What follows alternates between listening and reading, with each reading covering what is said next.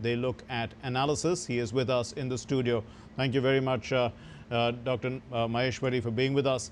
But, we'll first start with Prime Minister's speech. It highlights that people's empowerment is the main reason behind India's growth engine. How do you see the transformation of India's democracy into a valuable asset, Dr. Maheshwari? I think for any economy, you require some tailwinds, you require some springboards. Based on that, we can do a roaring business, we can achieve something. So the India has got, as the Prime Minister has laid down very clearly, we have got three distinct benefits, and that is demography, diversity, and the democracy. ये वाला zoom in कीजिए. इसमें prompt है, उसमें नहीं. And therefore, the role of our diversity, role of our demography is the real thing which can propel. If we can transform our creative energy, if we can transform the creative energy of our population, huge population, which can propel the real requirement of the countries. Whole world now are looking at India because there are only two parameters of growth now. First, whether you are able to decarbonizing your whole economy, and the second is whether you are in a position to create a disruptive technology. And in both the things, how you are harnessing the resources, how you are harnessing the creativity of the person, that is the material thing. So the point is how we can take demography along with ourselves. Our 50% of our person, for the females, for the Mahilas, the government has very clearly explained, the Honorable Prime Minister explained that it is the role of the STEM. Now the science, technology, engineering and mathematics, our huge population is taking care of that. Why? We require this skill set which can come help, which can do a business for the nation of tomorrow. It is not necessary that persons or the countries who remained at the top will always remain at the top. In Asia also, we have seen maybe 20 years back, role of Korea, role of Singapore, role of China maybe was very much. They were in the dominating positions. But that domination has started, and that domination has now coming to India. And now India has to use this springboard, and how we can do. The basic things which are in our thing is, the first is green revolution. The green revolution, it is not that the food or the fodder or the just only the shelter or something like that. It is a real green technology. We are now using the green hydrogen. We are trying the renewal of energy. All these things are lot. We'll discuss as and when we'll come to that progress. in some time, Dr. Maheshwari. We were talking mostly about demography. But the Prime Minister has set this target of India reaching the third largest economy in the world in the next 5 years. How much of this growth potential do you think is being driven by government's policies? Yeah, very true. I think the basic thing is that multiplier effect. Somebody has to create a trigger, and this trigger can be created either very huge investment by the private sector or by the government policies. And in our India, we were aware that the resources of the Indian private sector are very limited, and those are also heavily dependent upon the foreign countries, whether it is in the shape of FDI or whether it was in the shape of direct loan. And because of the various reasons belonging to those respective countries, they were not in a position to contribute. The initial thrust definitely has to come from the government policy, and we see a lot of initiative government has taken. If we see 2014, when our Honorable Prime Minister took chair, the taxable limit, minimum taxable limit was just 2 lakhs, and now it is in new regime it is almost 7 lakhs. So just in last 9-10 years, 3 times exemption has been given. It means large surplus is now available to the population at large. If we see the corporate sector, I think that for new industry the rate of 15% is unimaginable. I think it is one of the lowest in the world. So that means more money now is available to the industry where they can reflow. You can take care of the digital things. The digital technology, the use of UPI, the use of digital payments, I think in India in a single day, the digital payments are more, whereas top brands like Visa, which performs across the globe. So it means that is the digitalization of the India. So that is the Yes. technology. True. Dr. Maheshwari, I mean, when we looked at how India came out of COVID, it was a lesson also for the whole world, not only for India, but there was India. What was India doing? India had gained a lot of global respect by protecting the MSMEs. They were not allowed to go bankrupt. The vaccination program was online, a lot of digitalization, economic management was online, digitalization. These were good examples for the developed world as well to learn from. And this has improved India's respect to a great deal. What do you say? Yeah, very true. I think the phenomena of COVID was, of course, a very big calamity, but we were able to use that calamity as an opportunity.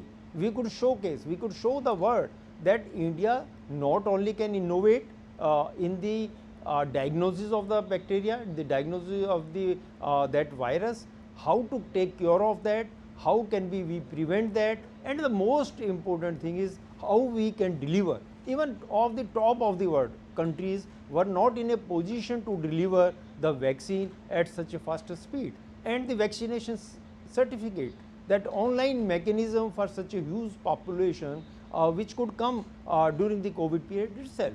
So the whole logistics, whole innovation, whole research, and the pricing.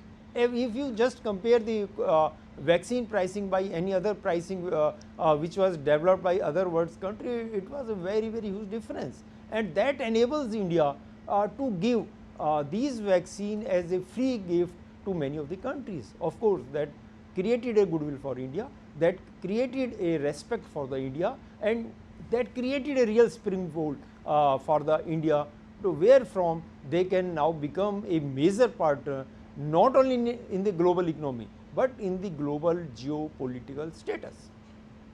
Dr. Maheshwari, we're still waiting for Dr. Jaiswal to join us. So, I mean, I have to, ask you a lot of the questions that we had, hopefully had, 2 points of view. But, the post-COVID world too, India has emerged as a voice, it's an engine for the global south. And this is happening in a natural way. It's because of India's success in managing COVID that the rest of the world is looking at it. But do you think India should actually leverage this now from a diplomatic point of view by looking at it as diplomatic heft? Very true. I think I was trying to reach to that conclusion only, that we created a very good pedestal for the goodwill. And now that goodwill can be used not only for the economic matters, not only economic say, but for whole geopolitical status. And based on that, now we can we can bargain for a permanent Security Council seat. We have already been part of the G20.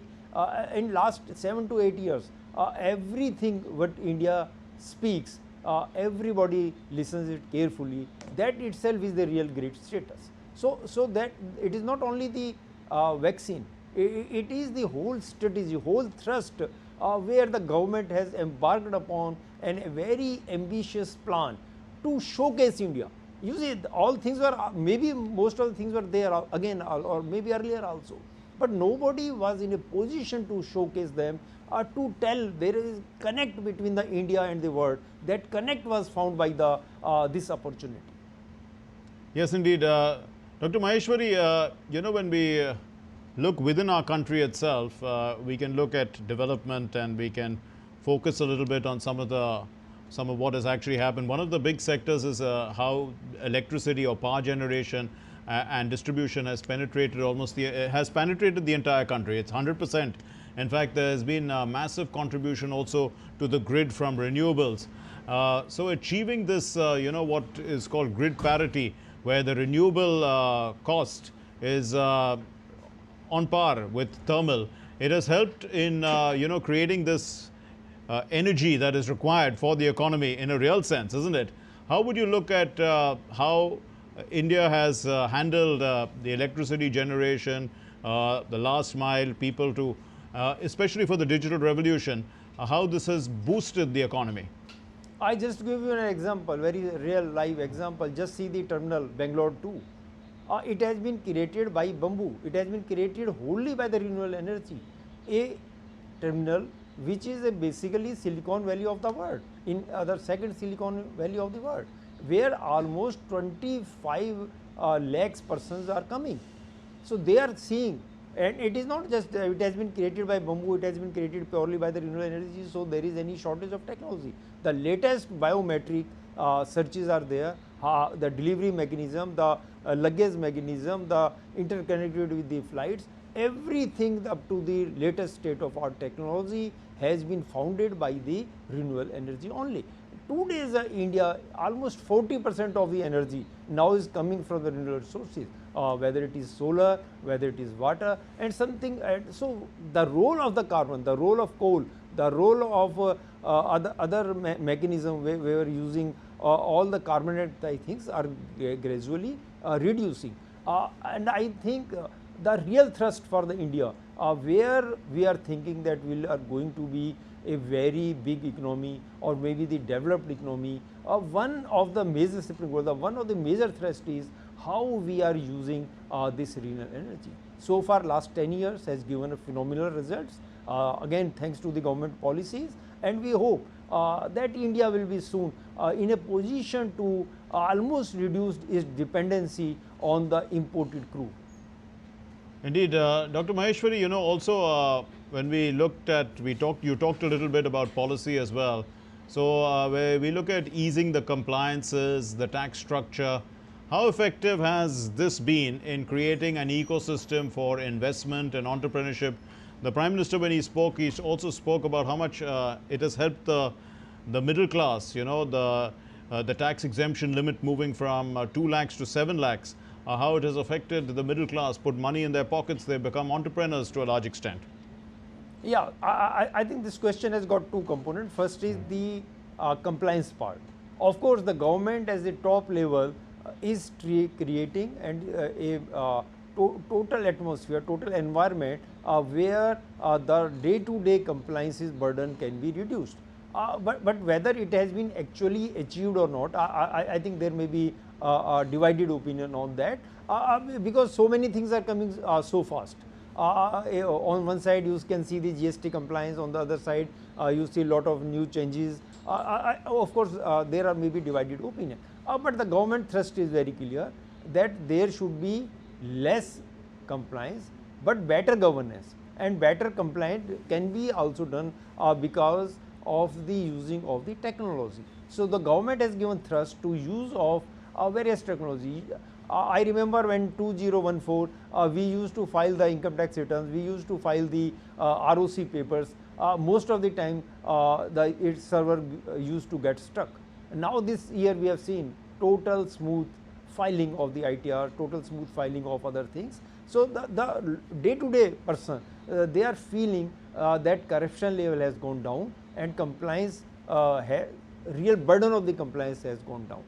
But to some extent, there are media reports that most of the NRI, many of the top worth countries maybe not filing conversion, maybe because of the laissez-free economy they were thinking. So that may be something which has to be discussed. Right. We're hoping to still connect to Dr. Jaiswal from the Indian Institute of Management at Sambalpur. We are having a little problem, technical problem connecting with him. But we are with us Dr. N.C. Maheshwari, a well-known analyst who looks and tracks the Indian economy very closely. And Dr. Maheshwari has been giving us a deeper analysis of all that has been happening in the economy. We're putting into context Prime Minister Narendra Modi's address to the nation, where the Prime Minister spoke clearly about a pathway for the economy, for India to rise to the third largest economy in his third term, is what he said, in the next 5 years. And clearly India is on that path because of a lot of inherent abilities that India has. Among them is the demographic dividend, the youthful population. India has put in place a very good infrastructure. It's spending heavily on the supply side in capex. India has improved its services sector. There are a lot more entrepreneurs that are coming in. There's a good startup culture. In fact, India is amongst the third largest startup culture, third amongst the top 3 startup ecosystems in the world. Let's turn to Dr. Maheshwari again. Raising 132 million people out of poverty into the middle class. This is a huge success. And we know that success stories from rags to riches are what actually inspire people a great deal. What is the potential of the working class to achieve tough targets, given that the world is going through difficult times? Given the opportunities that, you did talk about how India saw COVID also as an opportunity. So opportunities to fill work shortages also that other countries may be facing. If we have the manpower capable, maybe they can be tapped. I think the question and the answer both are very challenging. What is the today's status? And when we are talking of the developed world, what is developed world? So developed world, you cannot just use one single parameter or one biometric or any other thing to find out what is a developed world. Ultimately, it is not only the per capita income, it is not only the size of the economy, it is not only the GDP, but it is very well related to the human index also. And when we talk of the human development index, probably lot of work has to be still to be done. Out of 192 countries, I think our ranking is still 130 or 132. It means another 130 countries are far ahead of us, and that despite a lot of things we have already achieved. In other words, challenges are very much there. So we have to rise up to the occasion, and it can be achieved by a quite good blending of the government thrust, government initiative, but ultimately work has to be done in the population. The government can be giving you a good platform, they can give you a level playing platform, but on that basis you have to rise up to the occasion. So it is up to the population, and therefore the Prime Minister exhorted in many ways, that is our ladies, our gents, our staff. You just see the Vishwakarma Yojana. So what was that Vishwakarma Yojana? All skill set, 15,000 crore almost he has announced on Vishwakarma Yojana, so that the skill set of a person can be used. So government is giving its due. Now how we rise up to the occasion, that naturally all NGO and our government and non-state level, panchayat, because government is not by the central government alone, government is not the PM alone. So all dignitaries, all functionaries has to work in tandem, then probably we will be able to achieve. And this task is quite mammoth. Task is not that simple. Okay, Dr. Maheshwari, looks like we are not having being able to contact Dr. Jaiswal. There's some problem we with can our discuss connection. more, no problem. That's right. So anyway, it's been a one-on-one conversation with you, so we continue. In terms of Digital India, we are looking at Digital India as giving the world also an indication of India's strengths. We saw that there's a lot of foresight, planning, the use of Aadhaar, UPI, execution also, so that this access of digital is so widespread, as possible. People are using, moving away from hard currency into the digital mode. And this is where India has taken the world by storm. How much of a global impact do you think this is going to make? Because, even smaller countries are all asking how they can replicate these models. I think very true, and it is very interesting. The model of UPI, which has given a transfer facility, and some of the models are doing the transfer without even internet. So by just mobile to mobile connectivity, you are in a position to transfer the fund, which is not there even in the developed countries. And UPI cost is the simplest, and how to operate, just bank to bank. So nothing a real system is required, very easy to use, cost effective, everything. So this UPI model and the national cooperation, both are the things which naturally in a government is in a position to use this technology, as a matter of not only use, but commercialize this technology and to the foreign countries, where we can export this technology, because no such simple and cheap, I should say, is not available to anybody. And before I took the Dr. Mahesh